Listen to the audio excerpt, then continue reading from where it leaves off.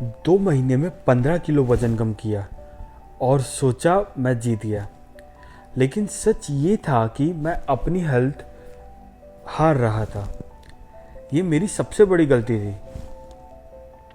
आज मैं आपको बताने वाला हूँ कि कैसे मैंने लॉकडाउन के बाद अपनी पहली वेट जर्नी स्टार्ट की एंड कैसे मैंने अपनी सारी मेहनत बर्बाद कर दी।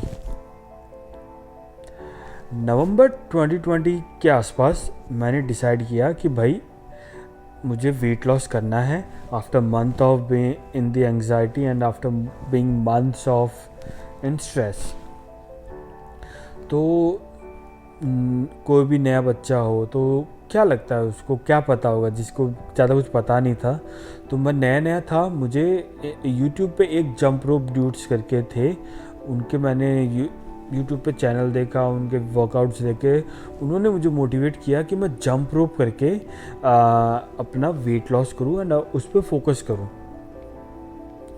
तो मैंने जो डिसीज़न लिया वो जो कि सारे लेते जिनको पता नहीं होता ज़्यादा कुछ, मैं रस्सी कूदने लग गया एंड मैंने एक्सट्रीम लो कैलोरी डाइट की। आई थिंक अराउंड मैं ड्यूरिंग द डे 1200-1300 के आसपास खाता था, जिसकी वजह से मेरा रैपिड वेट ड्रॉप हुआ, बट फैट लॉस नहीं हुआ, मसल मास लॉस हुआ। तो मैं कैसे करता था कि मैंने स्टार्ट किया 5 मिनट्स ऑफ जंप रोप से, कि मैं 5 मिनट में आई थिंक 200-300 कूद रहा था। दैन इवेंचुअली आफ्टर 2 मंथ्स मैं 40 मिनट्स तक पहुंच चुका था, कि मैं 40 मिनट्स में ऑन एंड अराउंड 6000 के आसपास मैं जंप रोप्स कर रहा था। तो जब आप इतनी जंप रोप करते हो एंड 40 मिनट्स, मतलब 40 मिनट्स में मैं आई थिंक 2 मिनट्स का ब्रेक लेता था, 2 या 3 मिनट्स का ब्रेक। इतनी मतलब मेरी कार्डियोवैस्कुलर डेवलप हो चुकी थी। बट इस चीज़ का रिजल्ट ये हुआ कि प्रोटीन इंटेक पूरा था नहीं, एंड उस टाइम पे यार रोटी खाते थे, जो घर पे सब्जी बनती थी वो खाते थे, तो प्रोटीन इंटेक पूरा होता ही नहीं था।